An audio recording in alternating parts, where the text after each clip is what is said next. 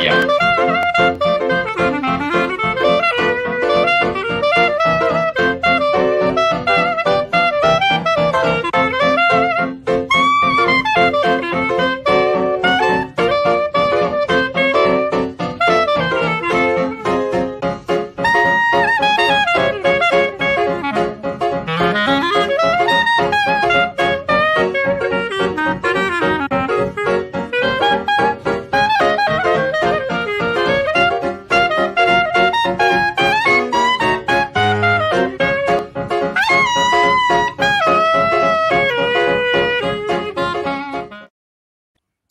Oh, hello. It is week 9. The piano still hasn't been played. The hair still hasn't been cut. But you are very much still with us here on Cocktails and Conversation. Nick Luck checking in with you, with Britney Eurton and Mark Tubridy. We three back together again. We happy 3 and Britney. There are just 100 days to go until Derby 2020 and 162 days until Breeders' Cup 2020. How do you like the sound of that? We're like the Three Musketeers, first and foremost. I really like that. 100 days until the Kentucky Derby. It does seem like the days are flying by. I don't know if it has to do anything with being under lockdown still or stay-at-home orders, but really looking forward to it. I know it's a unique year, and Belmont Derby Preakness being the order in which we see the Triple Crown, but I think we're going to have a really special year. I think we're going to see some incredible performances in each of the 3 legs, perhaps by the same horse, who knows? And then the Breeders' Cup following that. It's going to be a sports sensation, is it not, the remainder of the year?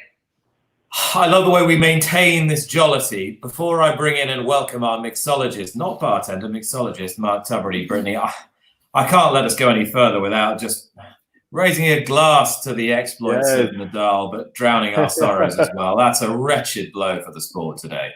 No, it really is. And my thoughts are with all of the connections, because it's not often that you find a horse as talented as Nadal and with so much heart and tenacity. And he showed you just everything that you wanted to see in a remarkable racehorse, and physically just this incredible looking specimen. So, my thoughts are with the connections and with the sport, because I know how much we were all looking forward to watching him run. So, positive news on that front, though, is surgery went well, and hopefully we'll get to see his progeny on the track in a few years' time. I'm sure he'll be a phenomenal stallion. Mark, how are you going to cheer up all the Nadal fans this evening? We're going to do some really great cocktails, some of which have some sweeter ingredients. I'm hoping to dispel some stigma about sweet ingredients in cocktails. So, you're going to get a little bit of a sugar high, which is good, and you're also going to get the booze, of course. So I'm going to try to treat you in 2 ways to make it better. But looking forward to a great show. Hey, Britney, we've started the Breeders' Cup Win and You're In series. Mm-hmm. Amazingly. You still sort of think you're in the early part of the year because we've had this hiatus, but the Win and You're In Challenge series started last weekend with a barnstorming performance at the Great Race Place from a Chad Brown trainee. Raging Bull. He should stay in California. He absolutely loves it there. He won his first Grade 1 in the Hollywood Derby at Del Mar, and he showed us that same scintillating kick in the Shoemaker Mile, which is a win and you're in for the TVG Breeders' Cup Mile. And it was a loaded field. There were multiple Grade 1 winners in it. It was a sensational race, a great day of racing. I'm excited to have the Breeders' Cup Win and You're In series off and running, because we have so much more to come. You have some updates from across the pond, something to look forward to. Fill us in on things in England. Yeah, unless there's a last-minute unexpected glitch, and nothing that's come out of government today suggests that there will be, racing will commence with all the protocols and preparations in place here in the United Kingdom on Monday, with a fixture at Newcastle on the synthetic track in the northeast, and then moving on to Kempton on Tuesday. And then a big 4-day fixture at Newmarket, culminating in the first 2 classics of the season, the 2,000 and 1,000 guineas, Saturday and Sunday. I will be at Newmarket on Saturday. That'll be the first time I've set foot on a racetrack since the middle of March. And I've got to say I'm looking forward to it, though. Looking through the 33 pages of protocol that you have to go through, the questionnaires you have to fill in, the ID you have to take, the PPE that you may have to wear, it's going to be a weird experience. But you guys have done it in the States. They've been doing it very effectively in France. It's been trialed in Ireland before the lockdown. So there is sport. There is live sport on the television. There is live sport upon which to bet and for people to enjoy. So that is a great thing. And Royal Ascot will go ahead as planned, though with some revision to the race order, and again, not in front of a crowd. Yet, will you have the pleasure of being on site? Well, the plan is that on June the 20th, Saturday, June the 20th, I will be at Royal Ascot alone. You will be at Belmont Park alone, pretty much, maybe with one or two people. And some of our NBC crew will be in Stamford, Connecticut. And between us all, we will provide a great day of transatlantic horse sport. It's great stuff because we are still running. And I say that because there was a wonderful new campaign launched today. And it's to highlight the fact that we are still running. We are doing everything that we can when it comes to safety protocols to support the men and women that take care of these animals. Because as we've said numerous times before, the racing is the economic engine that funds everything in the morning. And I just thought what they debuted today, America's Best Racing, Breeders' Cup, Jockey Club, a wonderful promo video for those people that maybe don't know much about horse racing. Let's take a look. We're still up at the break of dawn, committed more than ever to the health and safety of all our athletes. And with many of our other favorite sports on hold, we're still offering the most thrilling, heart-pounding action in all the land. And that, America, is something you can bet on. Go to americasbestracing.net/strong to get in on the action today.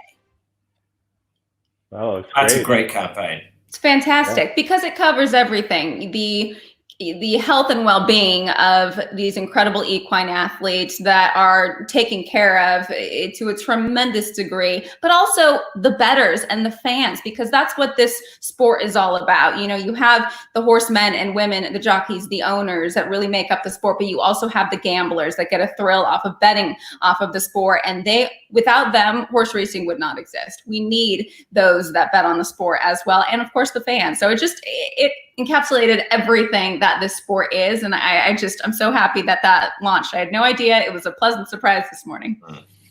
We are still running strong. We're still running strong on this show as well. And we've got just an amazing guest. We've been so blessed the last few weeks with who we've had on the show, right from the first week to now. Frankie Dettori and Bob Baffert and Bo Derrick and Eric Johnson and Bobby Flay and that guy Mike Smith. He's won a few races as well. But you just think, how do you keep raising the bar? Well, you go, Britney. You go for a 7-time Eclipse Award winner. You go for an 11-time Breeders' Cup winning trainer. You go for a man who has trained an outrageous percentage of the country's leading stallions as we speak.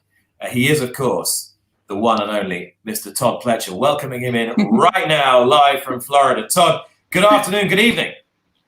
Good afternoon. How are you? We're doing really well.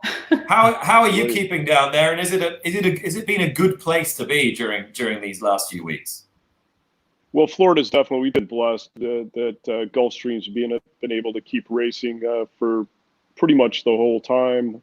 That's really made things a lot easier for particularly our owners, to be able to present them some options to run their horses, and so we've been fortunate in that regard.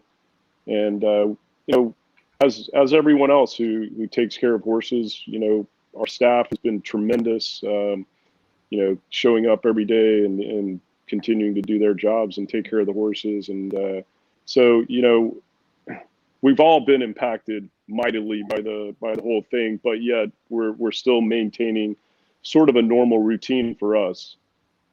So Todd, typically where would you be right now? Would all of your horses be at Belmont? Would you be moving some up to Saratoga? Like, what would normal look like at this time of year for you?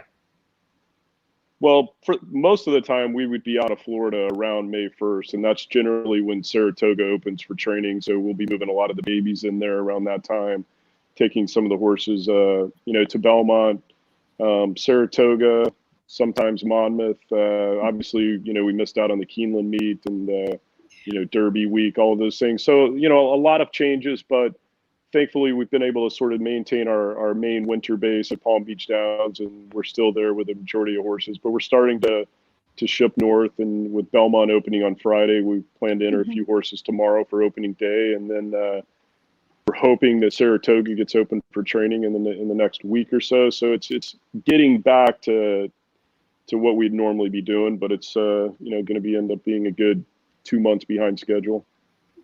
Right, definitely an adjustment. Go ahead, Nick.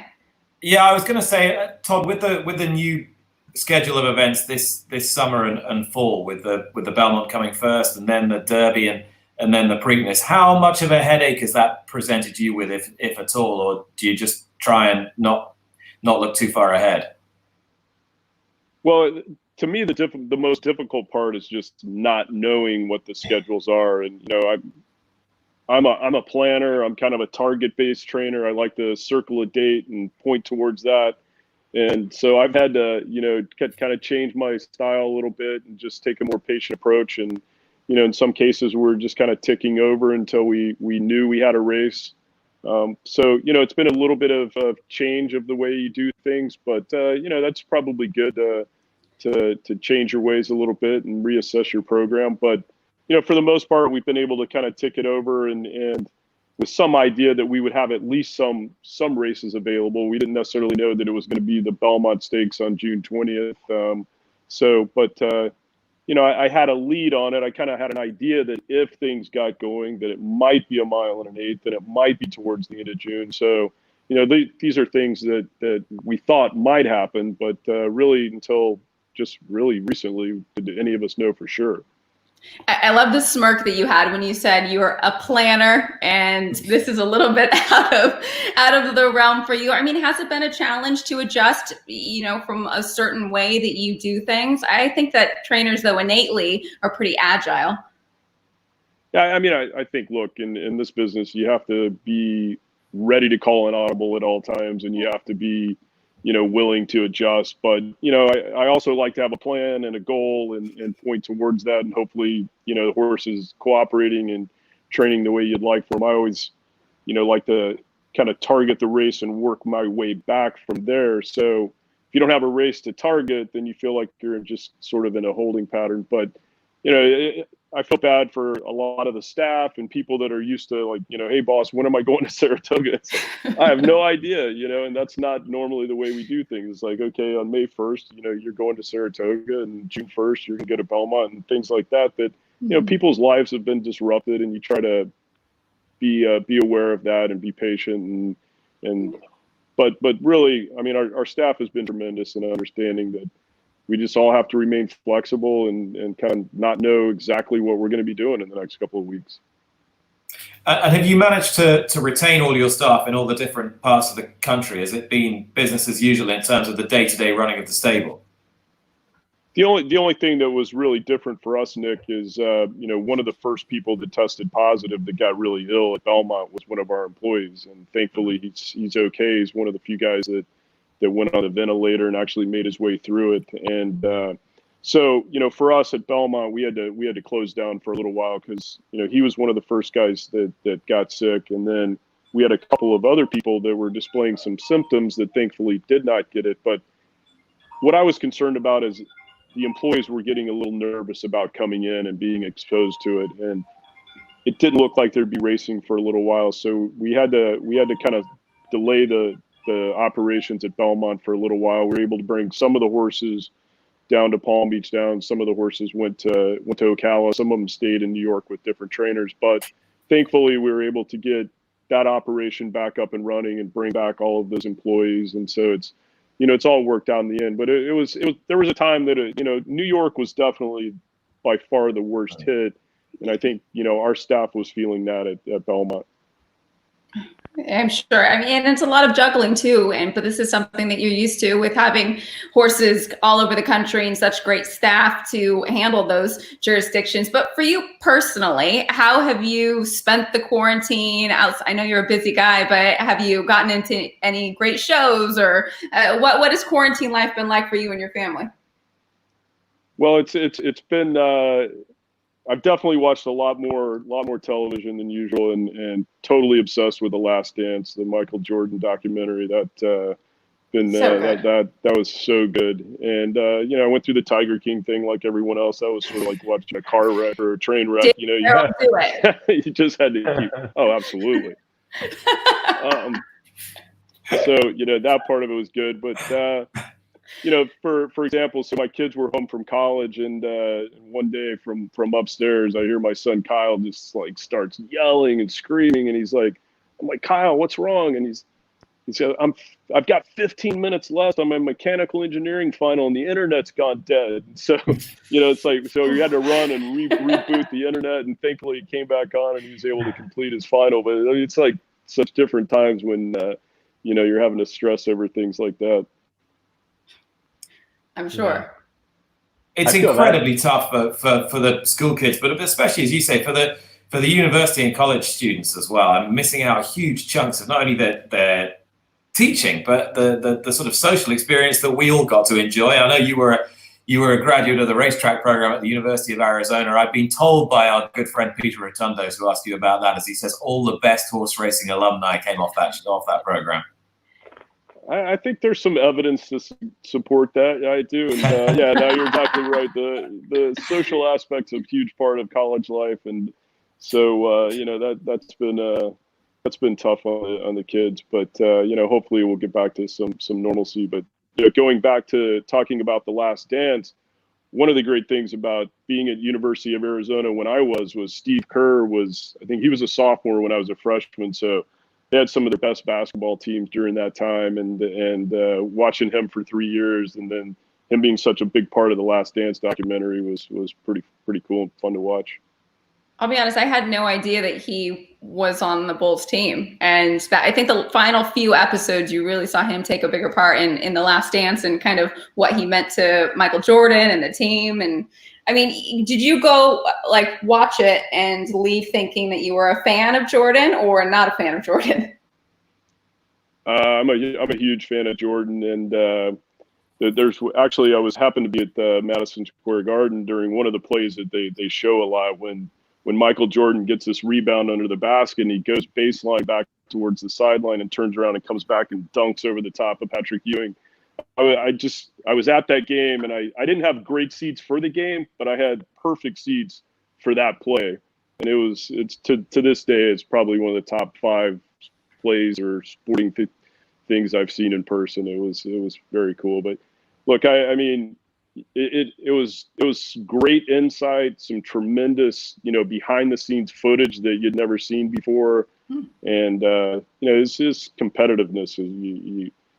You might not like everything that he did, but you have to respect it. Cheers to that. Speaking of, are you joining with us? What would your cocktail of choice be? I'm just having some red wine tonight. I'm gonna stay away from the sweet stuff, and you can convince me later that you won't have a headache tomorrow morning. Hey Todd, you probably didn't see, but Chad Brown did this show a few weeks ago, and I don't know how many of these mango martinis he got through, but it was a frankly unseemly number in the space of 3, 4 of 1 hour. I mean, could you ever have had that man down as a drinker of mango martini? I did not know that about him. I figured he'd, maybe go with a little vodka or something like that. But the mango martini, I didn't see that coming. I did hear about it. One of the benefits of this show is getting those little insights. You wouldn't know about the mango martini, but now. we also. Go ahead. I was going to say, Brittany. So we also got the insight into the infamous Chad Brown Twitter feed, which nobody. That's where I was going to go. Yeah, which nobody believed was him, but we established by the end of the show that it really was him. True. Now I'm curious, Todd, because you have Pletcher Racing. Is that actually you? It is our account. I don't. Okay. Run it. So I do not the Toddster? That I need to know. If you can find that out, I would like to know. And I promise I'm not going to be mad at him. I think he's very funny, but she, maybe, I don't know. But I have no idea who that is. Witty. I want to find some of these tweets. I read a few earlier, and it said something along the lines of, why doesn't Breeders' Cup have me in their promo videos? I'm the look for it. No, he is very witty, very funny, and it's funny. It's comical to me that a lot of people do think it's me, and I get asked that question a lot. And I've actually had like high school friends try to contact me through that Twitter account that I haven't seen in years. Like, hey, give me a call, or this is Oscar from Madison High School, and it's like, that's not me. But you're secretly very funny. I don't think people realize how funny you are, Todd. I'm low-key funny. I guess in fairness, that's because when people see you at the races, you are a guy who is in the zone. You appear to be very focused and in the zone. You're polite and you're nice, but you're not relaxed. It's your workplace. It is, and especially in a lot of the races that you guys are covering. I mean, those are huge moments, and so the intensity level is high, and you're hoping that everything goes smoothly, and you're saddling your horse, and you're worried about the large crowds and how they're going to handle that. So I mean, I think people might get a false sense of sort of what your personality's like if they see you during those particular moments. For you, go ahead, Nick. No, go on, Britt. No, I was just gonna say, for you, have you always been that way? Or is it under the tutelage of working with Wayne Lucas that you felt, okay, this is the way that I need to be while working, and because it is of a serious nature with all of these incredibly talented horses and a lot on the line? Had you always been that way, or treated work and away from work separate? I feel like I can do a pretty good job of separating work from and turning it off to a degree, as much as a horse trainer can when they leave the barn. But really, one of the guys that influenced the way that I try to run my stable more than probably anyone is Jeff Lucas, Wayne's son, and I worked for him for the first couple of years that I worked for Wayne, starting in May of 1989, and Jeff and Wayne both were very strict disciplinarians. They wanted things done a certain way, and they were intense. Jeff was intense, and but at the same time, he was a terrific person to learn from. He was a great coach. He would tell you what he expected. He's very clear with what he expected from you, the staff, and so it sort of built that little bit of intensity that you come in and you have a purpose and stay focused and get the job done. So it's a great person to learn from, and but I think I get some of that from him. But at the same time, I try to do my own thing and have my own style to a certain degree. Mm-hmm. I was thinking, when you were young and you were working for an incredibly successful trainer, and you had responsibility for some of those great horses in this amazing buccaneering time, Thunder Gulch and Serena Song and Harlan and horses like that. Was it a very happy time for you as a young man and sort of relatively carefree, if you like? I don't know. Carefree would be the right way to describe it, because it was, I had an appreciation for what we were dealing with, the level of horses, the quality at that time. In '89, when I went to work for Wayne, we went to Saratoga, and I think we had 32 stalls, and I mean, it was Open Mind and Winning Colors and Steinlen, and it was just like every stall had a grade 1 type horse in it. So it was just a tremendous opportunity to work around those kind of horses at that level, and so I looked at it as fun, but something that you really want to build on, and and try to hopefully someday be in that situation. We were talking about your accolades off the top of the show. 7-time Eclipse Award for Outstanding Trainer, 11-time Breeders' Cup trainer. If for you, with all of those accolades, what is it about training that you enjoy the most? Is it the mornings? Is it the afternoons, going to the sales, seeing them progress? I mean, what really makes you tick, and I guess keeps you intrigued in this game? Well, certainly pointing for the big races is fun, but I particularly enjoy the 2-year-olds, and each 2-year-old that comes in has a chance to be anything, and so to watch that development, prepare them, and hopefully build something from the beginning that can turn out to be great. That's to me is the most exciting time, because you come in and you don't know what you have yet, but you're trying to develop it, and so that's always fun. Mm-hmm. Much more, I hope, with Todd in a few moments' time. But Mark, you've got something for us to drink. Absolutely. Yeah, so we're going to start off with the French Martini, which, like the Espresso Martini that we made a few weeks back, was among that era of flavored martinis in the 1980s. Now, of course, these drinks are very different than a true martini with, gin or vodka and vermouth, but they're so named basically because of the glass that they're being served in, so the martini glass. The French Martini is a really simple combination of vodka, pineapple juice, and Chambord. Chambord is a French black raspberry liqueur, and that's really what gives it the name French Martini. So this drink is just a great example of how, even though we sometimes have drinks that call for sweet ingredients, that doesn't necessarily mean that the finished cocktail has to be overly sweet. Think of drinks like the Manhattan, the Old Fashioned. Yes, it's calling for sugar and sweet vermouth in those drinks, but because of the right balance, we get a successful cocktail. And that's what we're going to learn about with the French Martini. Mark, I think that when people think sweet, they think I'm going to have a hangover the next day. That's part of it. Yeah, that's part of the stigma there. And I think it also has to do with the type of drink that they're expecting. So if you have something like a margarita, a mojito, or a daiquiri, you're expecting a sort of bright citrus nature to the drink. So if you get hit with this sugar bomb, it kind of brings that expectation down, and then you're disappointed with it. But there's a whole other classification of drinks that utilizes these liqueurs and sweeter elements almost as a way to mellow the sort of more aggressive aspects of the spirits. But you're right, that is kind of part of it. I think everyone's had one night where they've had too many sugary cocktails and you're feeling it for the next couple of days at least. So we're going to try to just create one really, really good cocktail with some sugary ingredients, and it's going to be a good success. So we're going to need our Tito's Handmade Vodka, of course.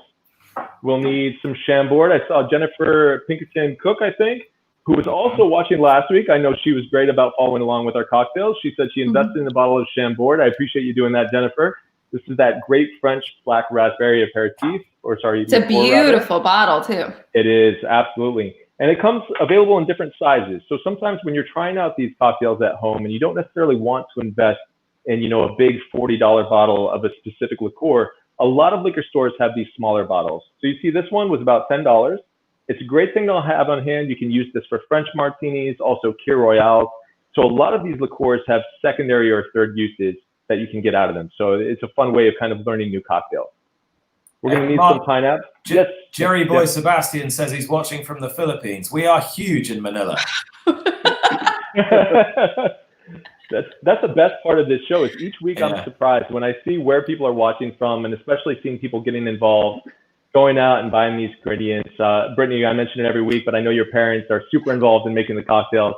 And that brings me a lot of joy because at the end of the day, what we're talking about here is fun stuff. Learning to make cocktails from home, getting the most out of the ingredients that you have accessible to you in your house. So it's a lot of fun for me to see people getting involved and having a lot of fun with it. Yeah, that's the goal. Not only to bring some happiness to people during some challenging times, but also raise money for the hospitality industry and the backstretch workers, of course. So yeah, absolutely. Great stuff. Absolutely. All right. www.breederscup.com/donate if you would like to join all of you who've been so generous in contributing to the funds during the course of this run. 9 weeks into Cocktails and Conversations, you guys have been so fantastic. The backstretch workers and the hospitality industry workers across the racetracks in North America have benefited hugely. So thank you very much. Yeah, absolutely. Quick note on that before I proceed is I know the Bartender Emergency Assistance Program, like I mentioned last week, is making some huge gains. I think over 4,200 donors. They've committed $8 million in funds at this point. I think it's 295,000 applications received. So they're really making a lot of progress. And then on top of that, there are over 500 volunteers that are working to make all of that happen. So in addition to the people that are donating, we have to thank the people that are actually working for that foundation, donating their time and effort to make all that happen. So, I appreciate that. I know the rest of the people in my industry appreciate that greatly. It's amazing. Cheers to that. All right, French Martini. All right, French Martini. So our last ingredient, remember 3 simple ingredients. We had our vodka, our Chambord, and then pineapple juice. We are going to shake this cocktail. So we're going to need our cocktail shaker. I always kind of speak to the benefits of fine straining. So hopefully you have your fine strainer on hand. And then we'll need a chilled martini glass. Of course, that's where the whole name for this cocktail comes from. So we're going to begin with our pineapple juice. Not shipped. You're going to get there, though, because I know last week you had your cocktail shaker on hand. I think I heard a rumor that you may have a bar cart or something to that name almost. What you got your bar cart in? I know Nick had another name for it. What was it? A liquor What is a trolley? I'm assuming it's a drinks trolley, is it? Drinks trolley. All right. So we're going to start off, guys, with 1.5 ounces of pineapple juice here. And you're going to see really with this cocktail, it's all about the ratios.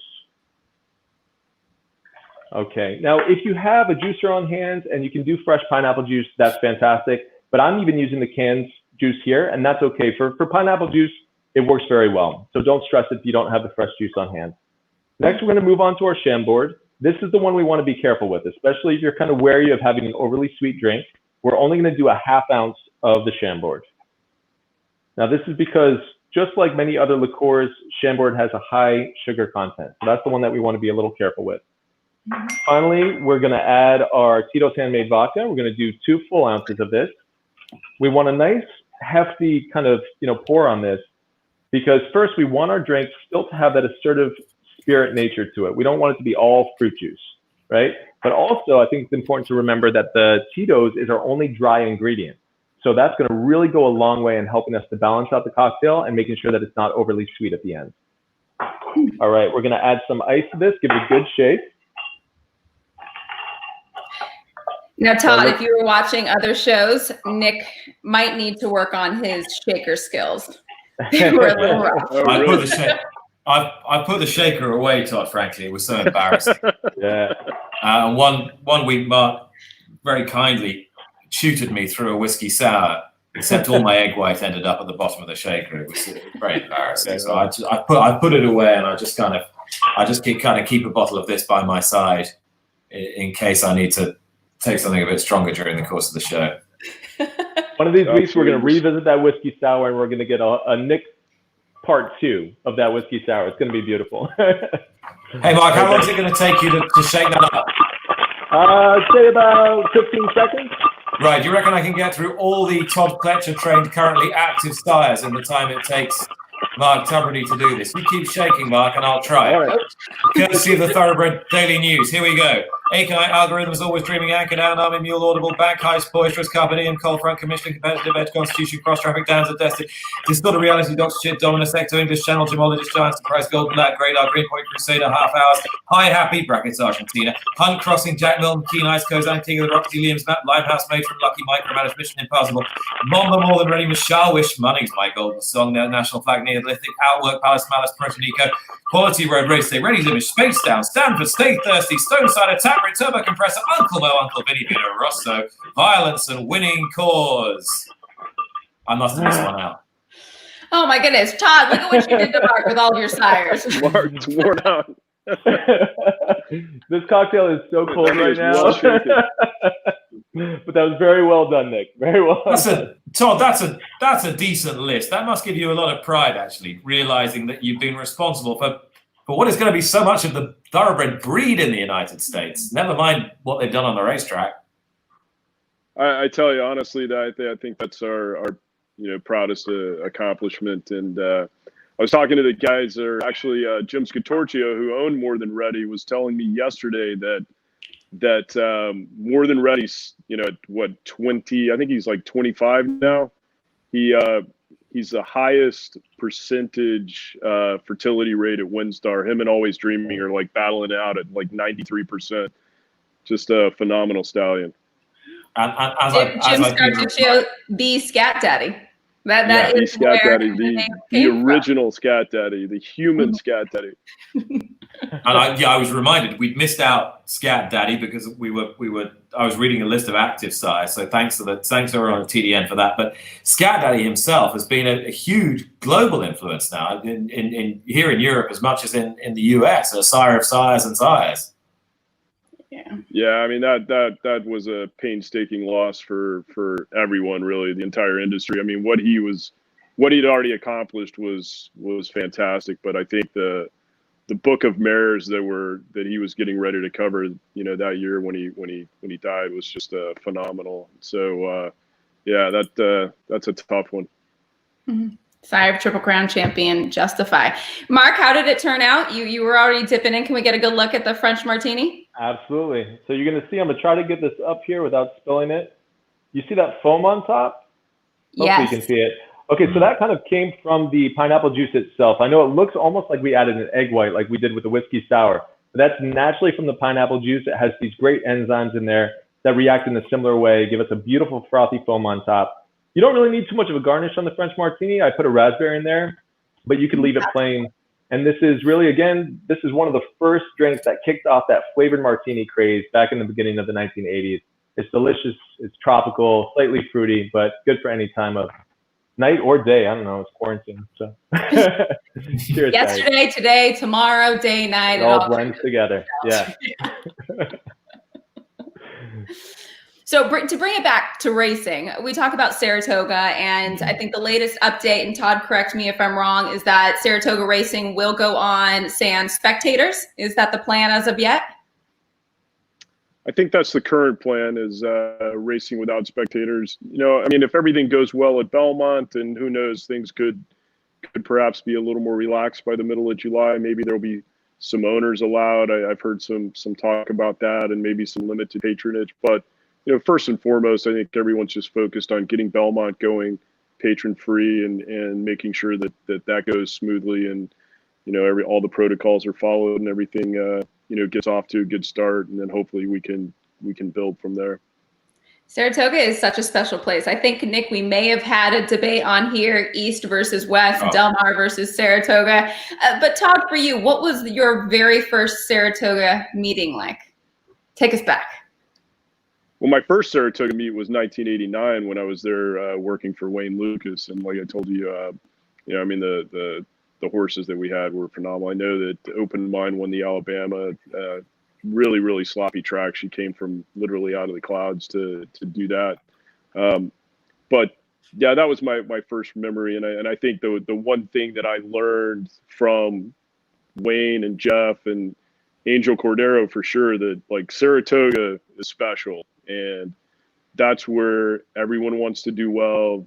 That's an owner's priority, and you better take Saratoga seriously. So that was my first exposure to it, was the intensity level. At that time it was only 24-day meet, so 4 weeks, 6 days a week, pretty much a graded stake every day, and just it was phenomenal racing, and it was a great introduction to Saratoga and just how important it is. Then he dug in. So how many do we have now? You have. I don't want to join you. Who is that guy? Up to Saratoga and try my luck up there. Now you have an owner like John Franks. This is one of the big owners. There's a chance that someday that 2-year-old will appear. Well, of course, Mr. Franks, he's got a lot of good horses and a lot of horses, and it's just nice to have an opportunity to train for someone like that, because like you say, you never know when he's going to come up with a really good one. So this is your first year that you're going up to Saratoga as a trainer. First year on my own. Not in parentheses, as I used to see you all the time. Right. And Lucas must be proud of you people. I don't care how the relationships were, and I know most of them were very good. He's got to be proud of seeing these guys go out and do it. He is. We all saw him here at Belmont, and you can see that he's sort of taking pride in the fact that most of the guys that have worked for him are doing pretty well.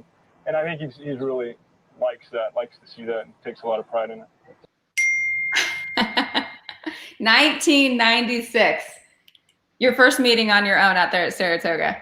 What was for you, the mentality? Were there nerves? So I remember that it was a tough meet. We had a win early in the meet with a horse named Reality Road, and then I think we went from opening week until Travers Day without a win. So on Travers Day we actually had 2 wins. So ended up winning 3 races at the meet, which at that time in a 4-week meet I thought was respectable, but I had an appreciation for how tough it is to win at Saratoga from the beginning, but kind of kept going from there, and it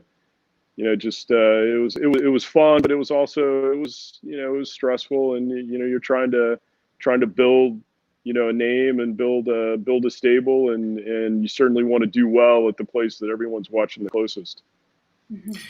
Todd, talking of great moments in New York, and just taking it back to Belmont, if there's one horse, or one filly to be more precise, that has attracted more attention than any other horse you've trained tonight, from the comments we've had from everybody writing in, it's Rags to Riches. Clearly a hugely special place in still so many race fans' hearts. Tell me what she was like to train. She was to train. She was fantastic. I mean, she was a very willing horse to train on a daily basis. She was very professional, great galloper, which is one of the reasons why we thought she could do well in the Belmont, aside from being absolutely bred perfectly for it. But in the barn, in the stall, she was very territorial, very tough, and she still is a very tough mare at the farm. And but yeah, she would she would challenge the groom, and she might be standing at the back of the stall, and if you came up to look in, she'd let you know this is my house, But part of that was what made her great.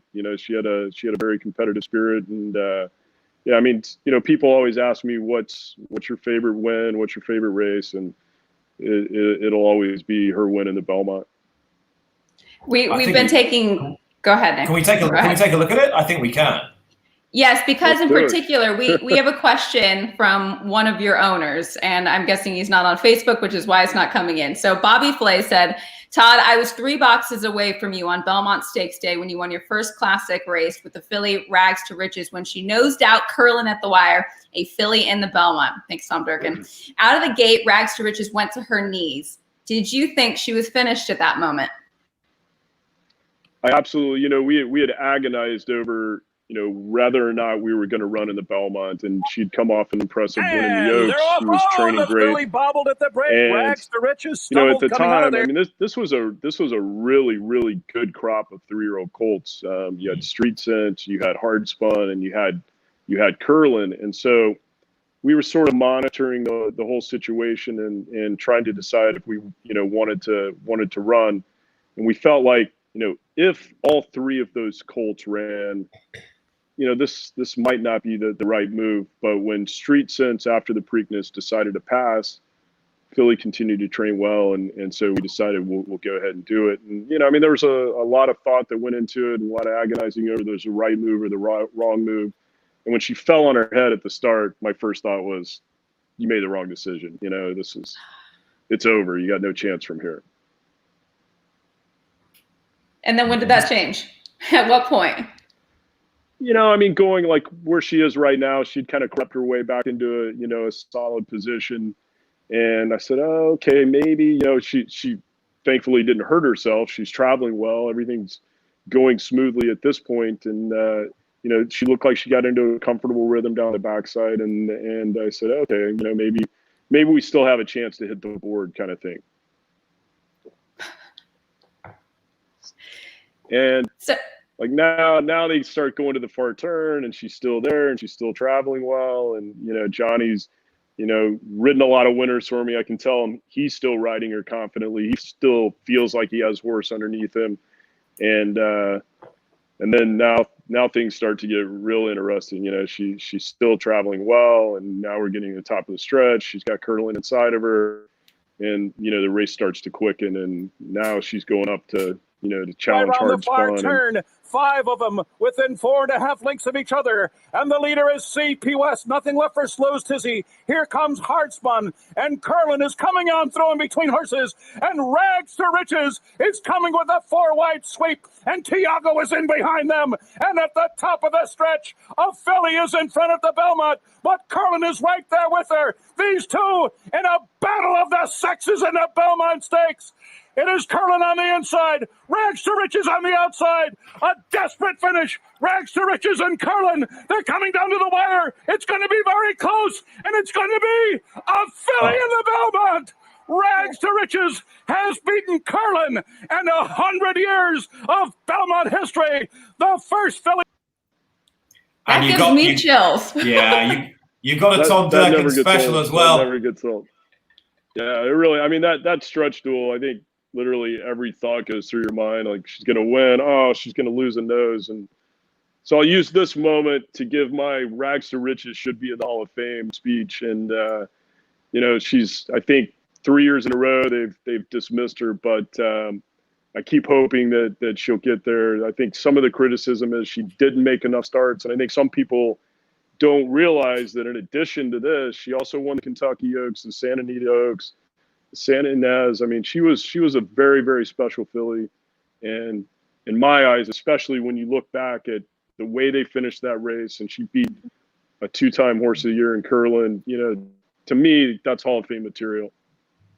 Yeah, there's so much talk about who did the horse beat. Well, you can definitely say who she beat. We're a group of very worthy foes. No question. I think at the time as well, we didn't realize how good that classic crop of 2007 necessarily was, and their subsequent exploits when one or two of them went on, and what two of those three have done at stud as well, just tells you how important they were. And for her to do what she did in a race as grueling as that is just remarkable. Agreed. We have so many people agreeing that she should be in the Hall of Fame. So you've got fans watching. We'll just keep the pressure up. Just keep the pressure up. We'll roll with it, won't we, Britney? Yeah, absolutely.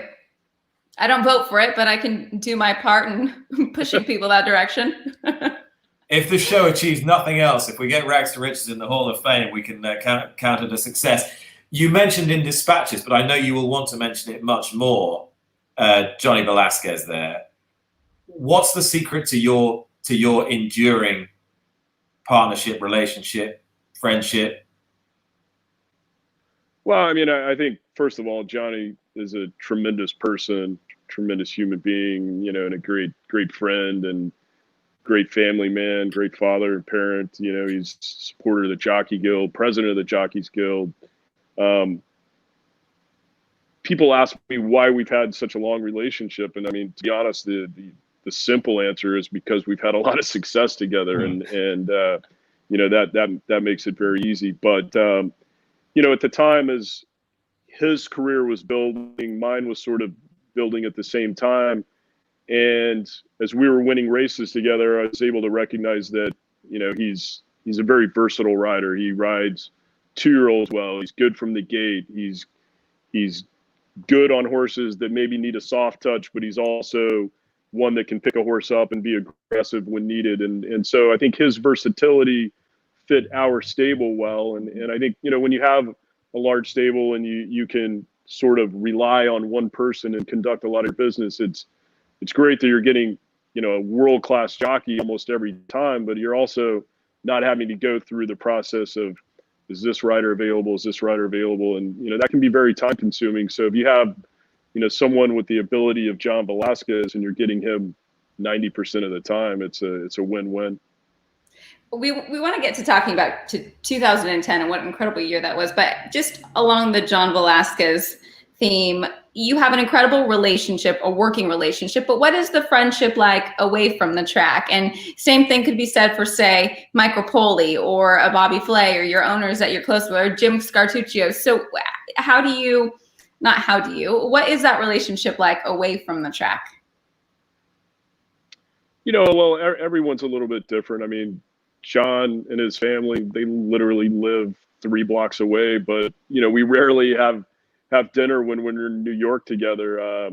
He rented a place very close to my house here in Florida, and we had dinner a couple of times during the winter. And his mom comes down, and she's a tremendous cook, and he has a lot of people over and things like that. But everyone sort of leaves the races, and then they have their own lives to live. And he's got children similar ages to ours, and so it's busy times when you have high school age and college age students and or children that are students, and so everyone has their own thing. And I have a different relationship with a lot of the owners. The Scatorcios have been not only great clients, but really good friends for almost 25 years now. And Mike Rapoli also, I would consider not only a great client, but a good personal friend. And we spend, with a lot of those guys, we spend a lot of time talking on the phone, and you might look up and it's 30 minutes, 45 minutes, and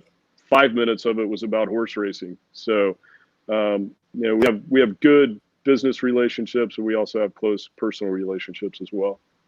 Nick, it's kind of like our show, right? He got on and it was 10 minutes and, looked back up again, it's been 50. But this is it. People who are immersed in the game and have been associated with so many great horses, it's never a struggle to talk about those horses, particularly when you've got a few moments. I wanted to pick up on Mike Rapoli again. Mm-hmm. Really, that Breeders' Cup Classic was just one of maybe a couple of omissions in this incredible CV. To do it for that ownership partnership, you knew there was going to be plenty of noise and plenty of entertainment when that horse won. But do you think because of the slightly indistinct group of horses that were going into the race last year, do you think we slightly underestimated the horse's victory in and of itself? Well, I think, there was so much going on, so much sub-story, if you will, with the, with the breakdown issues and stuff. And so I think that probably garnered more attention. And unfortunately for Vino Rosso, he didn't quite get, all the coverage and recognition that he deserved. I can say this, I've never gone into a race of that magnitude feeling like I had a horse training any better than he was. He was so on his A game that we really went there very, very confident that he was going to run as well as he possibly could. And it's just so hard to produce one like that at that time. And we could sense the whole team. You could just, Irad was breezing him coming in, and Fernando, his exercise rider, is good friends with Irad. There's so much positive chemistry coming into the race. And when he shipped into Santa Anita and he galloped that week with so much purpose, and just, it was literally just, we couldn't wait for the moment to get there. And the only thing that I was upset about is, just as we were saddling him, someone told me he won the best turned out award, and I was like, oh no, that to me is like kiss of death. It's like, no, I can be a little bit superstitious when they said that. I was like, oh, please don't tell me that, but I no longer feel that way. I can say that neither Nick or I gave him the best turned out award, so we're okay. Can't blame that. Brittany, talking of best turned out, Andy, who's a regular viewer, Andy Findage, I think it's pronounced. Brittany, who did your hair during the shutdown? Well, clearly I did, because it's a little messy, is it not? Well, I can't see any grey or anything like that. No one asked Really? who did my hair during the shutdown. I can Right? tell you one thing I learned during the shutdown. Cutting your own hair is way more difficult than it looked. Do you have, what does the back of your head look like? Is it a little scary? No, I got, that part I can use the razor and kind of get that straight, but it's like around the ears and stuff. That's tricky. I don't envy you guys. No haircuts, no nothing. We're getting in trouble because we're not following our producers here. It's the 10-year anniversary. Just before we go make another drink, I need to ask Todd, because it was remiss of me when we were talking about rags to riches getting in the Hall of Fame. It's obviously, I assumed he was already there, but you're up for this year, Todd, entry to the Hall of Fame this year for next. So perhaps the tactic is to say, thanks very much, kind of you, but I'm not coming in unless she comes with me. I'm not coming without her. I've thought about that. I think that's great. And I think there should be an automatic Hall of Fame induction to anyone that trains for 25 years. That should just be, if you made it 25 years, you should automatically be inducted. Todd, my dad would agree with you. I'm Wholeheartedly. I'm getting into a whole load of trouble for suggesting that you may ever have a grey hair as well, Brittany. I retract that disgraceful slur immediately. As you should. I don't even dye my hair. How about that? Back to 2010, and then yes. No, definitely not. 10-year anniversary of 2010. When you look back on that year, there's so much to highlight, but for you, what really stands out of that year as a whole? Well, getting that Kentucky Derby monkey off my back, obviously that was the main thing. And I think when Super Sabre won, we were we were approaching 0 for 20 something and 10 derbies or whatever it was. So that was the big thing. But I mean, aside from that, we had a tremendous year, and Uncle Mo's Breeders' Cup Juvenile win was awesome. But the Derby win was one that we felt like we really needed. Yeah, 3 Breeders' Cup winners, your first Kentucky Derby winner. How annoying is it though when people like Nick and I say, "Oh, for whatever" in the Kentucky Derby, or we did it unfortunately to John Sadler. I'm pretty sure he hated us. Poor old John Sadler. That was brutal. Yeah, I mean, look, it's one of those things that you feel like you got to keep trying, right? Like someone asked me one time, you're 0 for 24 in the Kentucky Derby. I said the only thing that could be worse is if I was 0 for 23. So it's like do the best you can, and we did it. Felt like we were doing a good job getting horses there. Now we just needed to do a better job of getting it done. Was More Than Real winning the Breeders' Cup for Bobby Flay. Bobby, yeah, that was fun. Great. He said he told us when he told us when he was on the show that he actually named a more recent filly, I believe, convincingly because of the call for More Than Real in the Breeders' really? Cup. Mm-hmm. Cool. Thanks to Trevor Denman.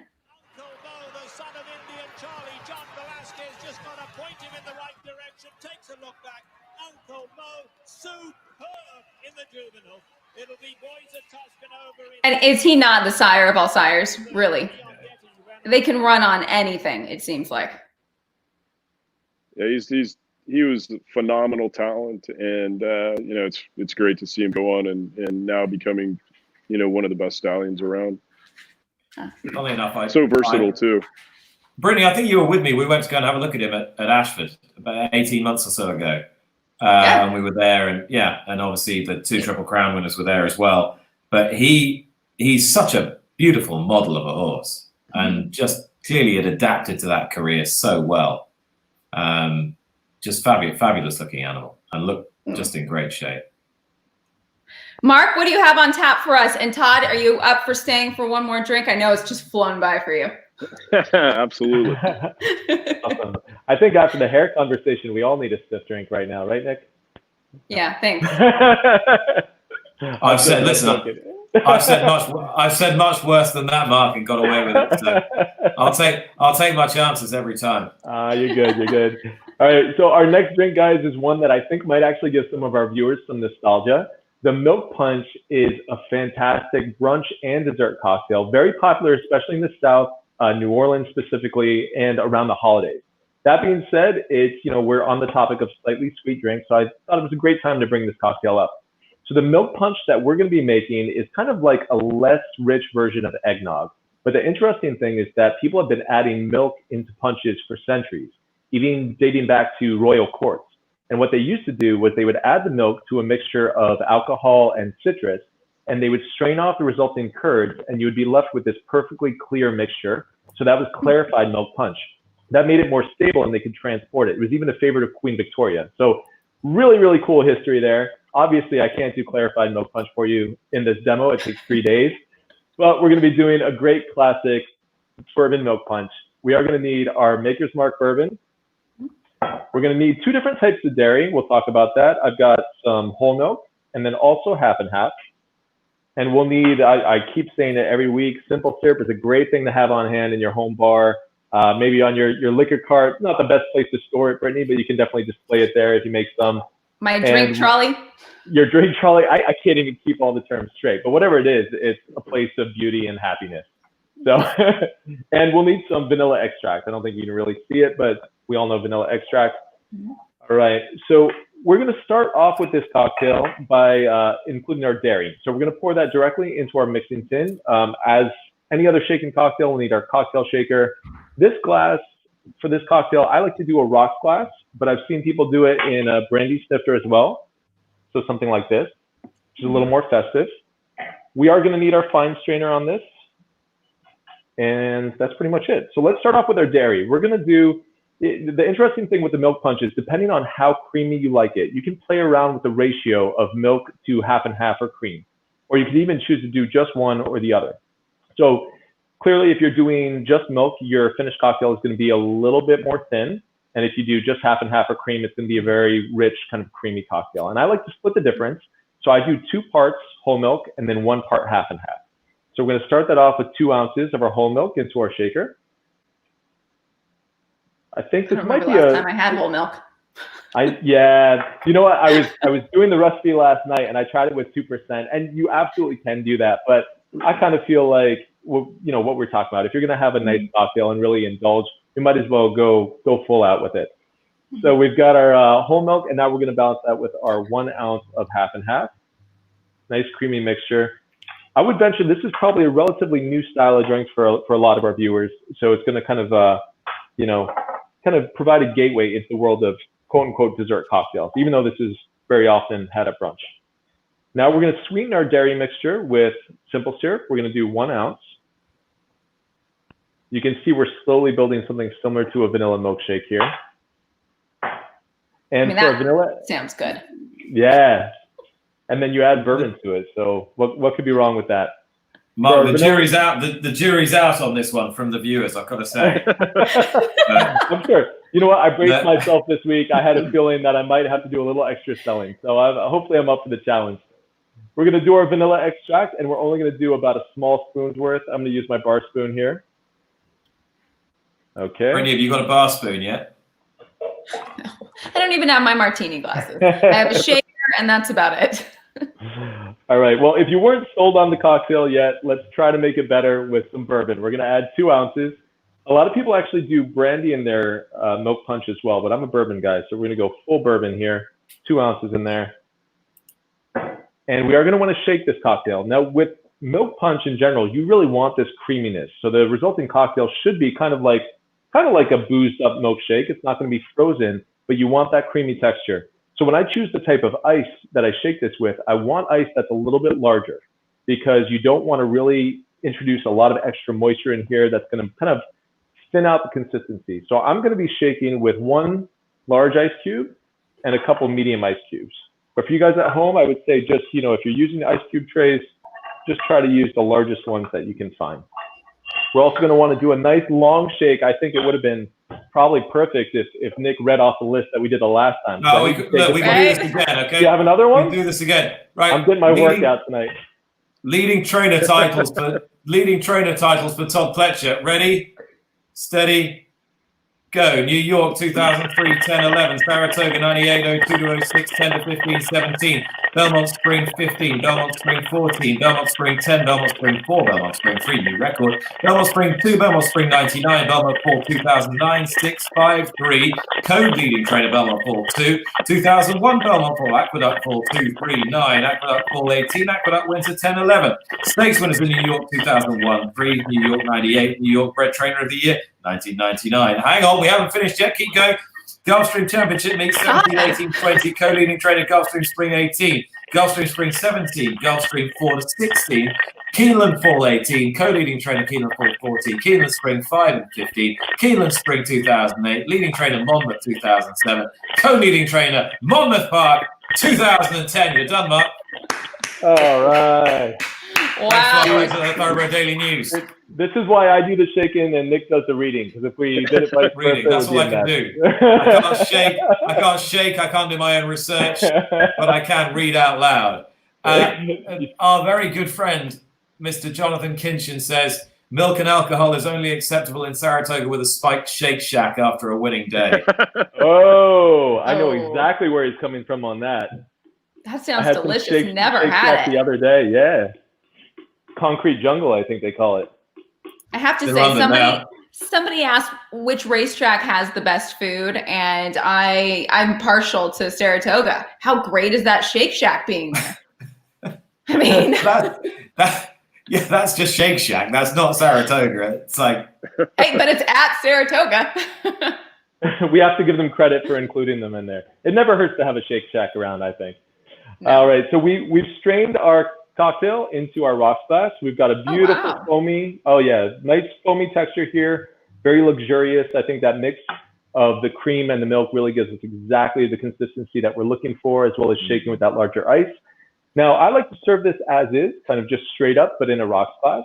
You can add an ice cube to it, but I would say drink it like this for a little while first, because before you introduce more water into it, more ice, this is a perfect consistency and we want to maintain that. So the last little bit that's going to really add something special to this is we're going to grate some nutmeg. Got our whole nutmeg, little grater. Do that on top. I know this seems like I'm making a holiday cocktail, but you can put it in your bank and, when we roll around to the holidays, you're good to go. Let me show you that. Okay. All right. It's hard to angle it, but still not Without on my keyboard. Yeah. Now, Nick, if you make that, be very careful that Hebe, Xanthi, they do not get it. I think that they might think it's just a glass of milk. Oh my God, you can't drink this with a beard. I just learned that. Your eldest might know the difference, but to be honest, there've been various times during this lockdown with 9-year-old, 6-year-old, and 2-year-old where that cocktail looks like a great idea if they were to think it would milk. It's a great drink. It is a classic in some parts of the country. You got to take my word for it. There's got to be a viewer out there from New Orleans that's going to back me up. I don't know. We'll see. Mark, well done. Great stuff. It's gone down well in the Philippines. Thank you so much. Mark Tubridy, thank you so much. We'll see you again next week. All right, guys. Thank you. Thanks. Incidentally, Brittany, next week is our... Well, I love this because I'm just... you can tell I've been watching too much Netflix. Next week is our mid-season finale. It's not the end. No, it's not the end. Mid-season finale. We will be back. We're taking a brief hiatus where we actually go and do some work at places like Belmont Park and Ascot and whatnot. That's great. That means a bit of normalcy is returning. Exactly. So there's 2 weeks off, and then we will be back on 4, 11 out. So 11 we're not doing. 18 we're not doing. 25, so we'll be back June 25th. Very good. I just saw something about Todd being a grill master. Are you quite the chef, Todd Pletcher? Absolutely not, but I do every year. I send a photo at Christmas time to Bobby Flay of when we deep fry our turkeys. So he'll laugh about that because he always says, "Why you send me these?" I was like, "I want you to know." Does he approve? It looks pretty darn good. I would never actually let him eat one of them, but yeah, let him see the cooked version. Well, Nick, because we've kept him long enough, but before he goes, I think we have a couple rapid fire questions. We do. You talked about the grill game, the binocular game. That because this is something I love because so few trainers now have a strong binocular game. Everyone watches on a screen or skulks inside to watch the telly. I love a proper, authentic binocular game, which you have. You possess that. I do, yeah. I can be a little hard on binoculars as well. I heard about this. When Blaine beat Quality Road on the wire in the Whitney, I accidentally dropped my binoculars fairly hard to the ground. You don't deserve that. What is your pair of bins of choice? Zeiss. Yeah, I do. I have a very nice set of binoculars at the moment. So, and they're not that sensitive. I mean, it's amazing. Sometimes you can literally, have them fall out of your car onto the asphalt and be fine, and then other times you set them down just a little bit hard and they'll become unfocused. But I have a good set at the moment. Well, that has come. Well, I was going to say, it's come out west. Mike McCarthy. Yeah. Would you watch nearly every race through your bins? Try to, yes. Yeah. And do you think you see more like that than you would on watching on the TV? What I really prefer, like if I have the best case scenario, is to have a television in the box that's on the head-on channel. And then binoculars where you can watch it live and then kind of go back and forth because, you a lot of times you get a far different sense of how the race is unfolding when you're watching the head on. You can't sometimes appreciate how far a horse is off the rail. You might be saying, go up in there, and there's nowhere to go, or there's horses out in the sixth path that you can't really appreciate from the pan view. So my ideal scenario is to have head on and the binoculars watching live at the same time.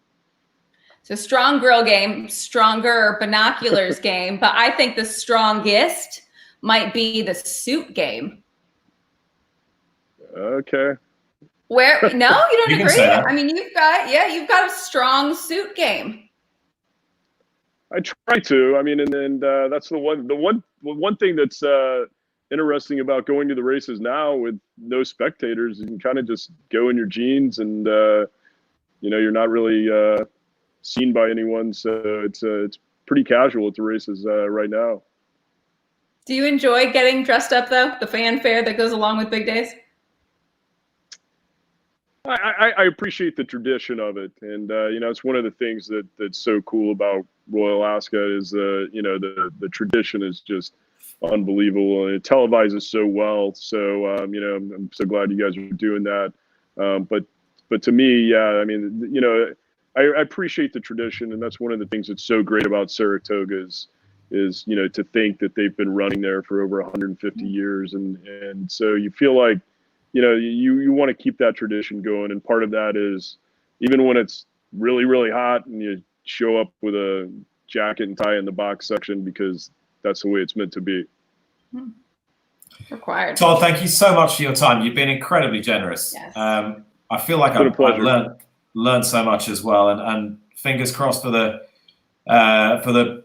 sort of delayed but very welcome move up to New York in the next few days.